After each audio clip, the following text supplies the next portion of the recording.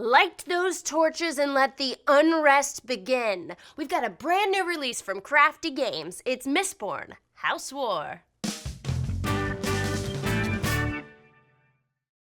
Based on the hit fantasy series by Brandon Sanderson, which happens to be a personal favorite of mine, this game of intrigue and intellect pits competing great houses against one another to curry favor with the one and only Lord Ruler. F that guy.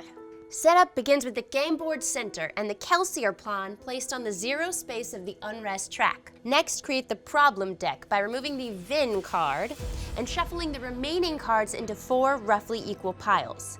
Depending on the length of the game you want, shuffle the Vin card, which serves as your game ender, in either the second, third, or fourth pile from the top. Then shuffle and place the personality deck on the bottom left, along with the favor, disgrace, and ruin tokens nearby. Depending on the number of players in the game, place the requisite resource tokens in the available resource area. The resources of the game are divided into 5 main types. We got your food, money, prestige, warriors, and ska, which are the workers. Additionally, there's a 6th type, atium. This acts as a wild token and can be spent as any other resource. Each player begins with a randomly dealt house sheet depicting one of the 12 great houses, along with their starting resources and personality cards. Next, draw 1 problem card for each player in the game. Each card is placed face up on the problem track based on the urgency located on the top left side of the card. Finally, the player with the highest status according to the house standing table on page 5 of the rulebook takes the active player token and begins the first turn. Player turns follow a 5-step process. We've got collect resources and cards, problems worsen, add new problems, pass or deal, and end turn. In the first step, the active player collects resources and personality cards equal to the amount on their house sheet. Now keep in mind, everybody already started with this amount, so the first active player is gonna double their assets in the first turn. During the game, if there are not enough resources available, the active player may steal that missing resource from another player. Next, as problems worsen, the active player is required to move each problem card further along in the column track, in whichever order they choose. Anytime a problem is advanced to an already full column, it skips forward to the next until it finds an empty space. If a problem progresses past column 4, that problem erupts, possibly triggering a game effect and transferring the card to the discard pile. In the Add New Problem step, the active player draws 1 new problem and adds it to the appropriate column if a space is available.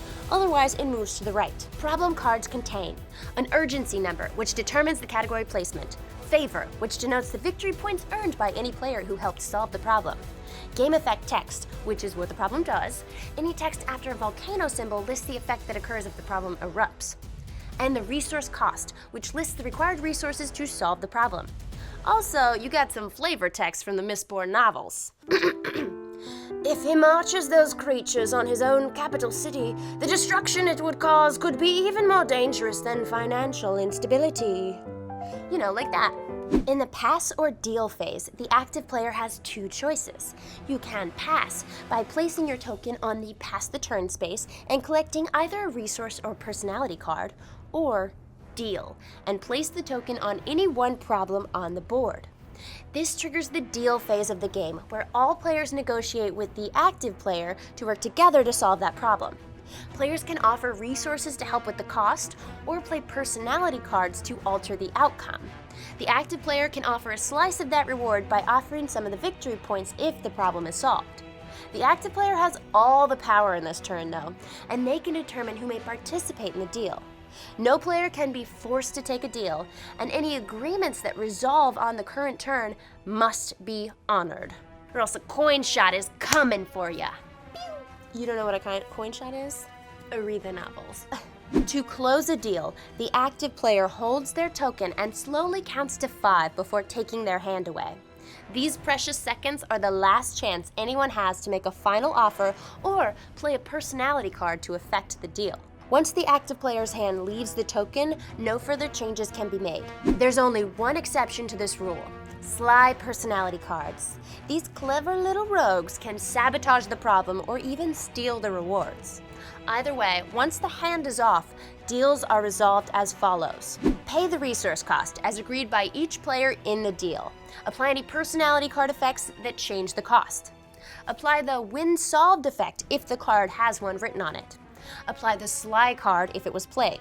If a sly card has a target, it's chosen by the player who used the card. Award favor to the players involved.